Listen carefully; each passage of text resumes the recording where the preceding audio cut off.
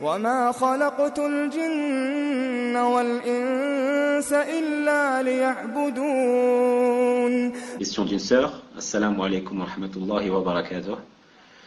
Cheikh, qu'Allah vous récompense par le Firdaus. Ma question concerne le mariage. Sachant qu'en France, les musulmans, nous sommes une minorité. Nous serions 6%. Dont une certaine partie ne pratique pas. D'autres sont hizbi. D'autres se marient dans leur pays.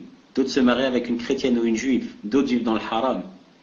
Donc ce qui réduit les possibilités de se marier avec celui qui a la religion. Et quand le minhaj est bon, subhanallah, le bon comportement et le bon caractère ne sont pas forcément là. En plus, certains qui se disent dans le minhaj, qui ont même plus de 40 ans, cherchent la jeunesse. Et ils n'ont pas spécialement comme objectif de faire une famille, car ils sont souvent divorcés et ont déjà eu des enfants. Dans ce contexte, quel sabab, donc quelle cause, en plus des doigts, peut faire une sœur pour se marier et fonder une famille selon la sunna, sachant qu'elle ne connaît pas de sœur du minhaj et qu'elle n'a pas de tuteur non plus. Barakallahu fikum, cheikh.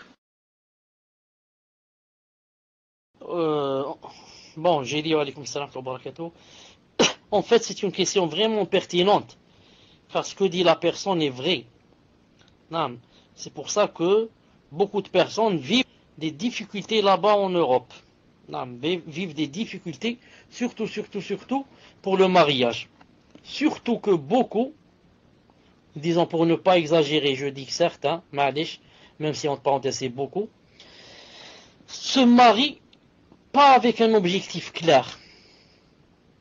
Pas le mariage islamique, où on cherche à fonder une famille et avoir des enfants qui, masha'Allah, vont défendre la sunna, le minhaj, l'islam, le répondre, etc. Mais que beaucoup se marient juste pour plaisir charnel, disons. C'est pour cela que vite ils sont repus et rassasiés, et c'est pour cela qu'une semaine après, ils décident d'arrêter ou de chercher une autre. Pourquoi? Il ne s'est pas marié avec l'intention, par exemple, qui se trouve en islam, de fonder une famille, d'augmenter le nombre des musulmans, d'augmenter le nombre des enfants, d'augmenter les nombres des soldats du prophète islam qui vont, dont le prophète va être fier yawm al-qiyamah, et il va, disons, jalouser les autres. Non, il se marie juste pour tentation, et une semaine après, 10 jours, 15 jours, il a eu ce qu'il voulait. Donc maintenant il cherche une deuxième, troisième, quatrième, même s'il n'a pas les moyens du tout. Même si lui, tout juste, s'il mange, c'est tout juste. Et il travaille même pas, il veut une deuxième, troisième, quatrième, et il commence à divorcer et à dire je gère pas, c'est difficile, je peux pas gérer. Non. Donc comme a dit la sœur, c'est vraiment difficile dans ce cas de trouver quelqu'un qui remplit toutes les conditions. C'est pour cela que, je l'ai dit déjà une fois, j'ai dit, ce n'est pas obligé dans ce cas de chercher quelqu'un qui remplit toutes les conditions. Au lieu d'être à 100%, on va se suffire par exemple à 70, 60, 50, et comme ça. Et je vous ai cité une fois, si vous vous rappelez, et j'ai la chose avec moi, la fatwa avec moi pour ceux qui veulent que je leur la lise, il faut juste que je la cherche un peu, de Cheikh Ibn Uthaymin, qui a dit que des fois, c'est même permis de se marier avec un pervers. Comme ça dit Cheikh Ibn Uthaymin. Il a dit à condition que ce pervers, sa perversité ne soit pas du côté, par exemple, de la zina. Non. Mais pervers dans le sens où c'est quelqu'un qui, des fois, il dit des gros mots, des fois qui prie pas à l'heure, ou ceci ou cela. Non. Pourquoi? Car ce n'est pas toujours qu'on a ce qu'on veut. Ce n'est pas toujours qu'on a ce qu'on veut. Et quand on se marie avec quelqu'un, par exemple, qui a des fautes et qui fait toujours des péchés, par exemple, c'est mieux que de ne pas se marier du tout.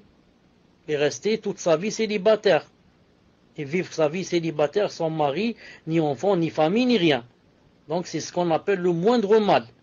Le moindre mal, je me marie avec quelqu'un qui a toujours des fautes, mais c'est mieux que de ne pas se marier du tout. C'est pour ça que Cheikh al-Islam Ibn Taymiyyah il a dit, on ne doit pas blâmer une lumière entachée d'obscurité quand il n'y a pas quand il n'y a pas de lumière à 100%. Vous comprenez? Je ne dois pas blâmer quelqu'un qui a des défauts quand il n'y a pas du tout quelqu'un qui n'a pas de défaut. S'il y avait des frères et des parties, masha'Allah, qui remplissent les conditions, alors je les laisse et je vais me marier avec quelqu'un qui a des défauts et ne remplit pas des conditions. Dans ce cas, je dois être blâmé. Mais s'il n'y en a pas du tout, comment je dois faire? Je ne vais pas rester célibataire toute ma vie.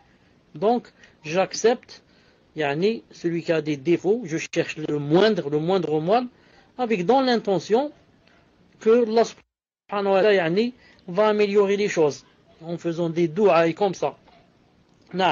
Donc c'est ça c'est ça la nasiha que je donne à la sœur qui trouve des difficultés pour se marier.